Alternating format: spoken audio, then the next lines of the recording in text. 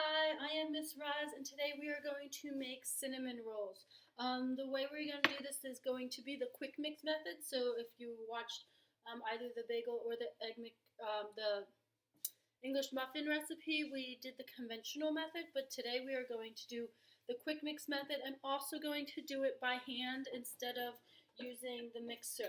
With that being said, I want to make sure I have a wire whisk, and then I also want to have a rubber scraper as well as a large bowl, right? Ingredients that we are using, right? I have 2 3/4 cups of some flour, right? I have 1 teaspoon of some salt to help control that yeast. I have 3 tablespoons of sugar to help with feeding the yeast. I obviously have my yeast, which is about 2 teaspoons or 1 package. And then I actually have already mixed it together and heated it up, but I have a 1/4 cup of milk, a 1/2 cup of water, and then 3 tablespoons of some butter. I put it into the microwave and I melted it. I put it in there for probably about a minute or so, minute and a half, depending on how cold your egg, if your egg and your milk came directly from the refrigerator. So that's ready to go. All right, and then the other thing is my egg here. Um, my butter and milk came from the refrigerator. If it came directly from the refrigerator and it's really cold, you might want to do like a minute and a half or a minute and 15 seconds. All right. So quick mix method means that I'm putting all my dry ingredients in together, and then I'm going to add my warm liquids and things like that, and then mix it together. Right. And like I said, I'm going to do this by hand this time so that you can see how to do it all by hand instead of with the mixer, right? So that means I am going to take my flour, right? However, instead of pouring the entire thing of flour out into the bowl, I'm actually going to set aside about a 1/2 cup. And if I need that extra 1/2 cup reserved, then it'll be there. But like we've talked about before, yeast breads really depend upon kind of the environment that you're in, and if it's kind of damp out or if it's super dry out. So we like to pull out about a 1/2 cup to a cup of flour to and kind of will determine when the dough comes together if I still need that extra 1/2 cup. Right, so flour goes into the bowl, right, and then my salt, and then my sugar, and then my yeast, right, and then I'm just going to take my wire whisk, right, and incorporate all of my ingredients. Right, make sure I distribute it evenly. Make sure I break up any of those clumps that might have been in my flour. All right, and then I'm going to add my egg into here. So mix up my egg a little first.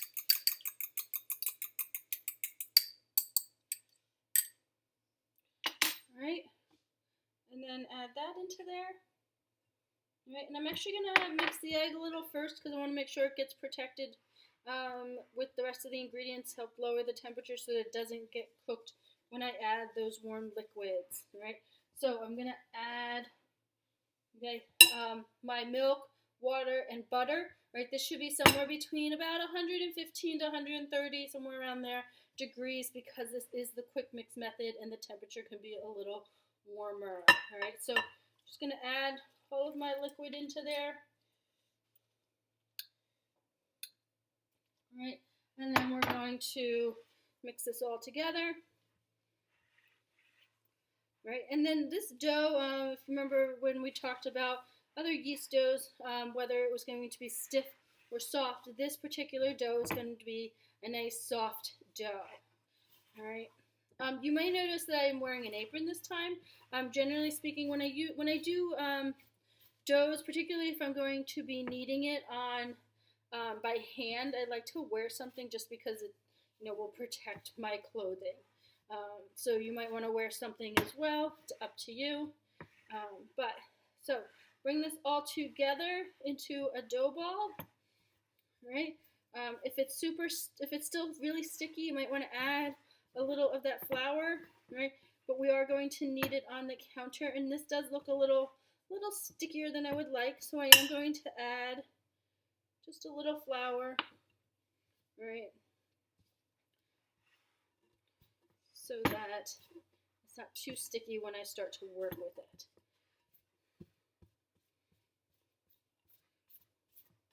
All right.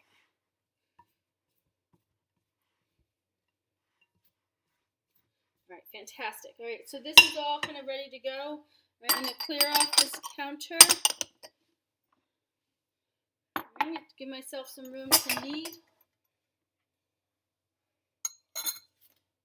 All right, make sure that your counter is nice and clean. All right, I wiped mine down before we started, and then I'm actually going to use that half a cup of flour. I'm just going to sprinkle some down. All right, I would suggest making sure that your sleeves are up so that they're not in the way. All right, and then I'm going to dump that dough ball right out onto my counter, and then we're going to knead this by hand. Right, like I said. We've done this with the mixer, right?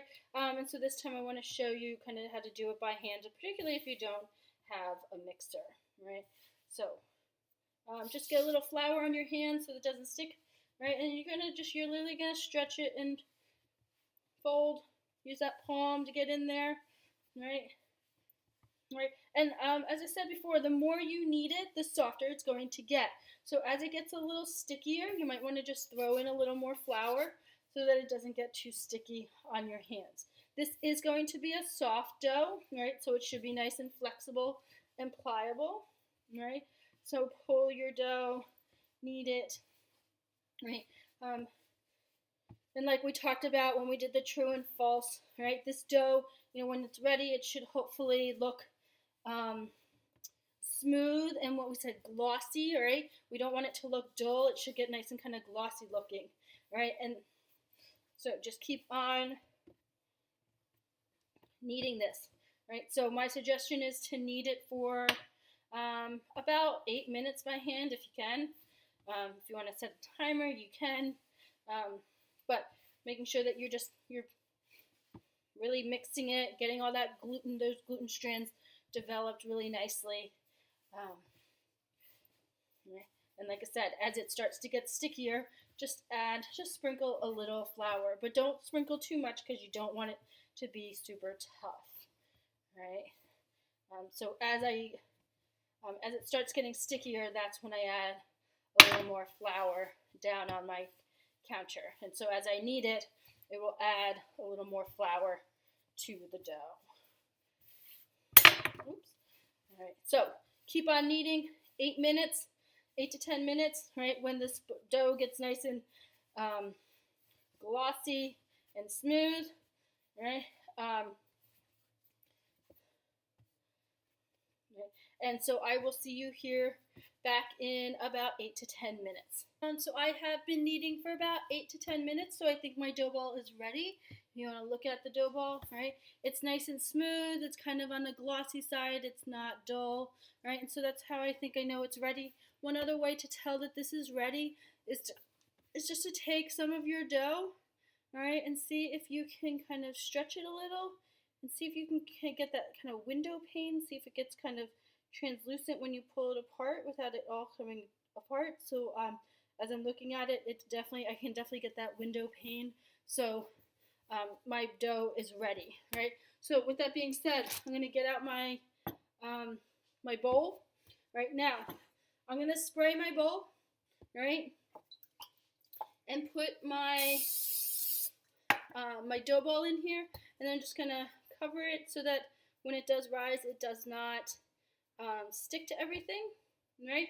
And then I'm just going to throw some saran wrap on top of it. Now, if you are not able to work with this dough within the next couple of hours, that is perfectly fine. But what you should do is, so if you can't work with it maybe until tomorrow or so, or like maybe later tonight, what you can do is you can actually put your dough in the refrigerator, and it will rise slowly in the refrigerator. And then before you want to use it, I would just take it out of the refrigerator and just let it rise let it kind of come to room temperature, and it will do the final rising of it in that like 20 minutes, half hour of it coming back to room temperature, and then you can work with it, right? So I'm gonna go ahead and let this guy hang out and rise, and then I will see you back here in about 2 hours to roll it out and get it into cinnamon rolls. All right, see you guys later. Hi, welcome back. You should have made your dough, and then you should have let it rise, and then we are now on to the next step. You could have either have let it risen and be working with it now, or you could have put it in the refrigerator and let it risen slower if you needed a little more time. If you put it in the refrigerator, be sure to just take it out and let it sit out for about 15 minutes, 20 minutes, just to let it warm up a little so that we can work with it again. All right, so this time we need to roll it out, and then we also need to make the filling. Okay, so the filling should be 3 tablespoons of some softened butter. So if you can leave that butter out for like a half hour, 45 minutes to soften up out on the counter, that would be great. And then you also need to have, I believe it's a 1/4 cup of some sugar, and then also a 1/4 cup of some sugar and a tablespoon of some ground cinnamon. All right, so let's look at this. So here is my softened butter. I actually put mine in the microwave because my house is pretty cold right now. But I am going to put that 1/4 cup of sugar in there, as well as the tablespoon of cinnamon, and then I'm just gonna mix this up to kind of make a nice paste. Right, this is gonna be the filling for the cinnamon rolls. All right. And then after I've made my cinnamon, I'm going to need to roll out my dough. So general rule of thumb with rolling out dough is that if you want to roll it out into a certain shape, okay, you want to make sure that it starts out in that shape. So I want to roll this out into a rectangle, right? So I want to start it out in a rectangle. So it's already out, and so I'm just going to roll it out a little more. Right, and so it says it should be about a set of 14 by 8 inch rectangle. Right, so I'm just going to roll this out a little more. So I want it a little longer this way, and then okay, so this is probably the best I'm going to get with the rectangle. Right, you'll notice I also had put down a little flour on the back so that it wouldn't stick down so badly to the counter. Right? All right, so get this to the best rectangle as you can. The more even, the better. Right, so I'm just kind of trying to get those middle parts so I have an even sides here. Okay, perfect. All right.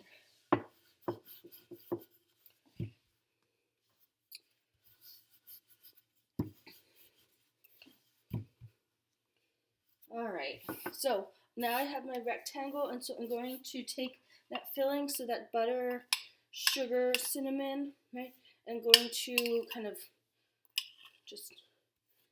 what we call spackle, kind of like in the painting world, right onto the, right onto here, right, so you notice I'm just kind of putting it around so that I can evenly distribute it. I do notice that one of the things when I make these is that I want to make sure that I get the edges, because I find that the edges are always the ones that get neglected in the filling. Right? So take this filling, right, and just spread it around the best you can.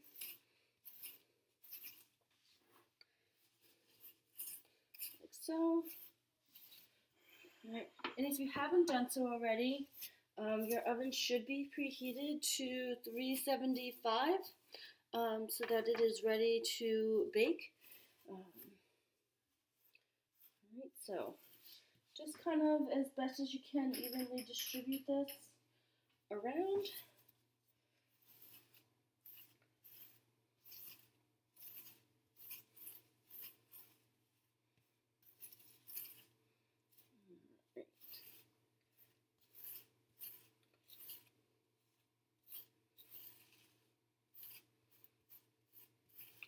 Okay, and so like I said, kind of pay attention to the edges because a lot of times we neglect the edges with the filling, and so then when you go to roll it up, there's no filling kind of on the edges.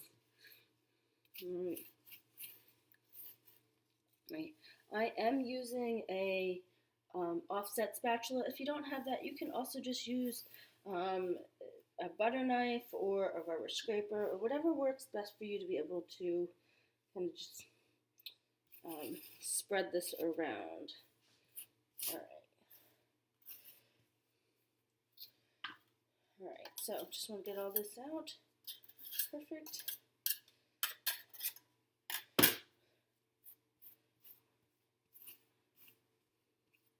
All right, now what we have to do is we need to roll it, right? So this is lengthwise, this is width, all right? The length is much longer, all right? I want to roll it this way so that I can cut it into pieces. So I'm going to use my bench knife to help me kind of scrape up some of this off the counter, all right?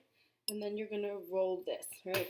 Now, it's kind of a fine line with rolling in terms of if it's too loose, then it doesn't stay together. If it's too tight, then when it goes to rise in the oven, the middle portions will kind of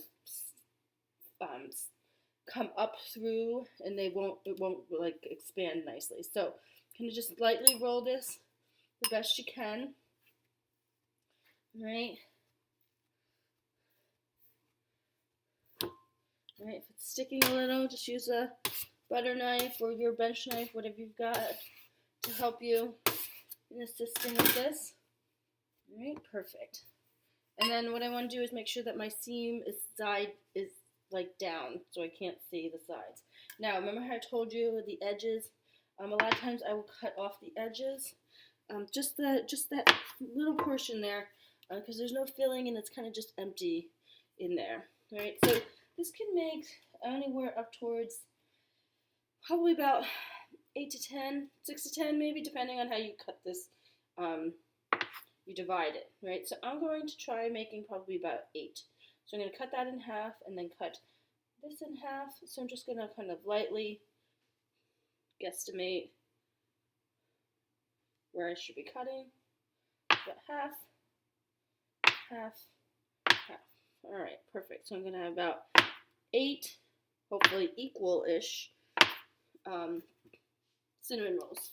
Right, now the other thing about this is that you can, if you want them all individual, right, you can put them into a muffin pan, right, or you could just also just put it into a pan like this. So I'm going to actually just use it like this, and I'm going to spray this with a little canola oil so that it doesn't stick, and then you can just place them in the best you can. Right, so since I've got 8, 2, 3, 4, 5, 6, and then 7, 8. Right, and so what you can do is you can actually just let this sit for about probably actually I'm gonna go like that. That way they expand a little. There we go. Let these sit for like 15 or 20 minutes while you're waiting for the rest of your oven to preheat, right? And they expand slightly a little more, which is fine. And then you're going to bake them for about 25 to 30 minutes. So set your timer for 25 minutes, right? See how they look. I do find that sometimes they start to brown a little faster than I would like. So sometimes at about 15 minutes, I'll check in on them. And if they're starting to brown too much, I will actually cover it so that they continue to cook, but they don't brown. So you can do it that way as well. So check in 15 minutes, look and see how they're doing. If you need to cover them, awesome, go ahead and cover them. If not, then just let them bake and then check again at about 25 minutes. All right. You can also make a glaze. So if you take 1 cup of confectioner sugar, so some powdered sugar, and then a teaspoon of vanilla, and then just a couple tablespoons of some milk. You mix that together, and after they have baked, you can drizzle just a little glaze on top if you would like. When these are all finished and baked off, I will show you that, but just to kind of prep yourself for the glaze to be ready for them when they're finished. All right, so I will see you back here for the glaze. All right, welcome back. Cinnamon rolls are done and out of the oven, so this is the picture of them. This is what they should look like. And so now you can make that glaze. Like I said, it's 1 cup of some powdered sugar, like a half a teaspoon or teaspoon of vanilla, and then just a couple tablespoons of some milk. Mix that all together and then drizzle on top, and then go ahead and eat. So I hope you enjoyed your cinnamon rolls, and I will see you next time. Thank you.